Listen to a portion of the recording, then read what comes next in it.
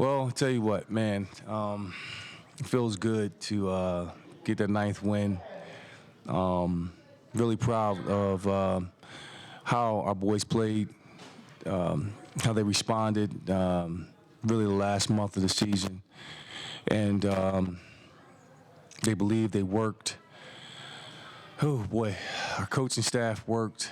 And really, I could see after the Martin loss, how we responded the next week. I was like, okay, they're coming of age. And you want to believe it, but you don't want to believe it. You kind of want to keep your foot on the pedal, but we continued to get better. And that was the goal the entire time, was to be 9 units strong in November. 9 units strong. Don't worry about the results. The results will take care of itself if we focus on the things we can control. And I say resilient group. They pay attention. They hang on every word that you say. They love each other as brothers. Oh man, it feels good to finally have something to cheer about and feel good about, and to see the looks on their faces. They're going to carry that with them for the rest of their lives. Nick and I were talking. You guys took control of the game. It looked like your players were on a mission today. Yeah. You took control and controlled the tempo early. That's something you tried to get them to do all season. Yeah, we wanted to figure out a way to get a fast start, set the tone. Realized a couple things the last couple weeks, just looking at the players, and it really, my growth as a head coach and saying, okay, making small adjustments like, let's start on offense first, and because DJ is starting to take control versus our defense going out there first. I know D sets the tone a lot, but over the past few years, but I've learned to trust our quarterback more, and our signal caller, Travis Partridge. He's done a great job of putting him in position to win ball games. It's been an awesome year, awesome 3 years watching DJ develop, because when he's on, I can tell that he was really ready for this game all week in practice. His energy was up. He was relaxed. He was getting guys in the right position. He's telling guys, hey, we just taking control of the team and the tone of the team. And it's just been remarkable in the preparation. You got 9 wins, more than the other 2 teams in the tie. You beat the team that got the automatic berth. How good do you feel going in tomorrow's playoff show?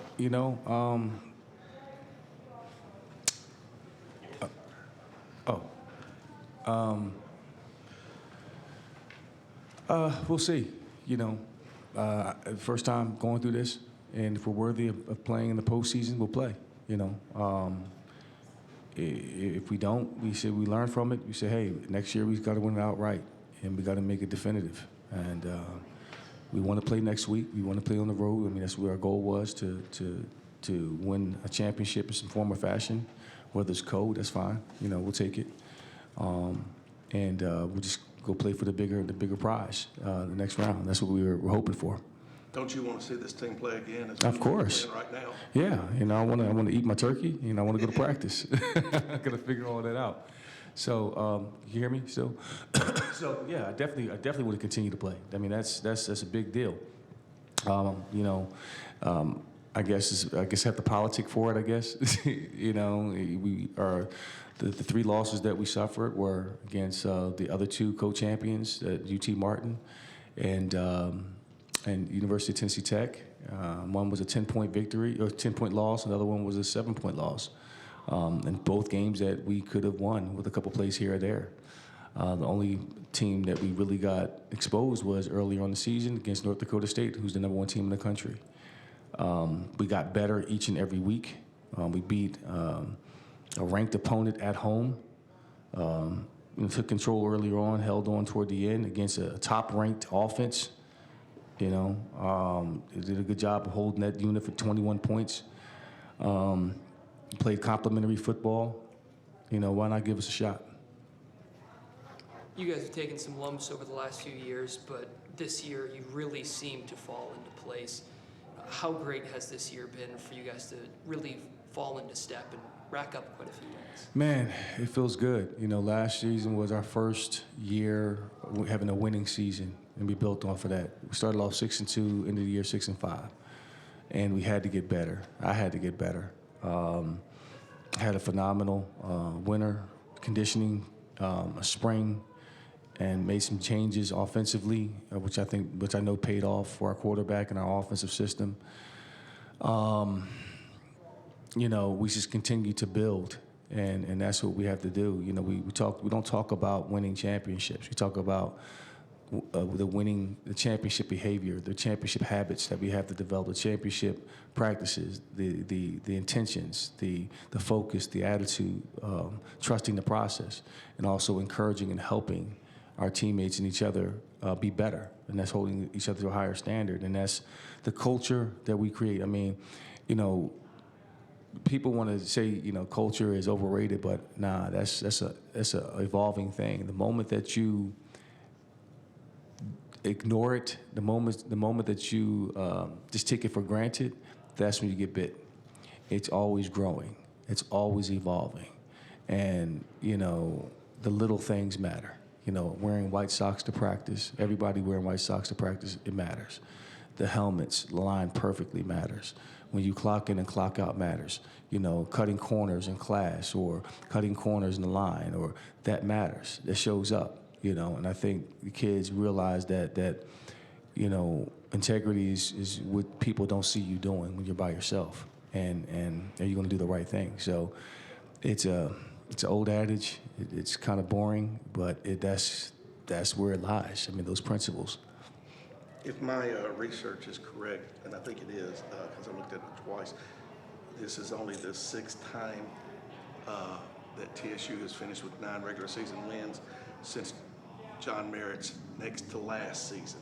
Not his last they won 8. How does it feel to be mentioned in the same breath with a legend like John Merritt? Man, anytime you mention with legends like that, it's awesome. It's great, you know, considering that it had to find my footing as a head coach. I mean, I still don't know everything. I don't know everything. I'm still looking to learn, still growing, still developing. And I'm just, you know, I had to get better for them. And in order for me to get better, I had to take some hard criticism on some things. And that's okay, because, I mean, you know, I came into this relatively brand new. Thanks, Troop. But you know, now, you know, we still chop wood. I still got to wake up tomorrow morning, figure out the next steps, plan out, you know, what the postseason may look like for us, and settle it back down, ride this momentum, figure out practice schedules, you know, figure out if we're on the road, home, I don't know what that looks like, and kind of go from there. You won quite your fair share of things as a player. How does this compare now as a coach to have this level of success? Man, that's a great question. Tonight, I felt like I finally crossed the goal line from 25 years ago. I crossed the goal line, and I'm talking about versus the Rams. And, you know, being in this building, thinking of Brad Hopkins and Steve McNair and Javon Curse. I mean, yeah, I'm coaching college, but I think of those dudes.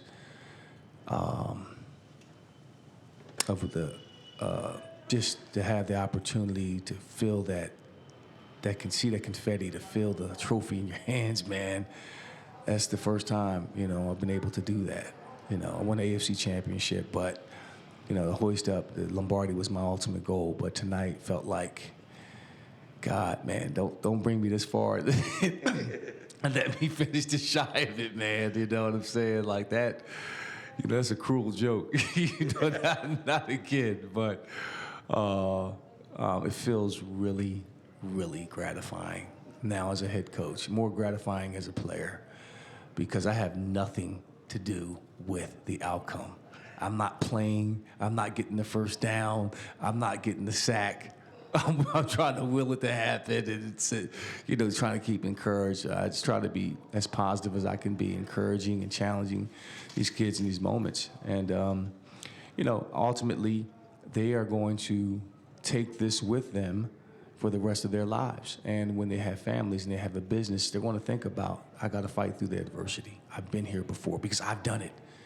You know, my back was against the wall and the business opportunity didn't go well, or I didn't get a job here or there, or when I was cut by the Titans. And, you know, those things come into play when you play the game. And, you know, when you have great coaches like a Jeff Fisher or John Cooper or my Mickey Sullivan, my high school coach, you have those guys, Bill Parcells. When you learned under those guys, I mean, you take those lessons and you put your thumbprint on it. And you know, it's been great as a head coach. No matter what happens tomorrow, is this season a success? Absolutely. I mean, come on, man. You know, regardless of what happens tomorrow, if we don't go, hey, we just don't go. We won 9 games, we're 6-2. We learned a lot. We'll heal up. We'll recruit better. We'll develop better. We'll go back to the drawing board. You know, we'll build off of what we built here. And, you know, the battle cry is going to be like, all right, we missed this go-around. We're going to make it a point to say, hey, we'll take it next time, all of it. You know, make it definitive. You know, don't share it with anybody. You know, so... But all the teams in this conference, I'm really good. You know, from SEMO to Tennessee Tech to UT Martin, quality head coaches, quality teams, even Gardner-Webb. I mean, the teams that aren't necessarily winning are really good teams, and they challenge us every single week. So I think this is a good conference, and hell, why not put all 3 of us in? All right, good. All right. Thanks, Coach.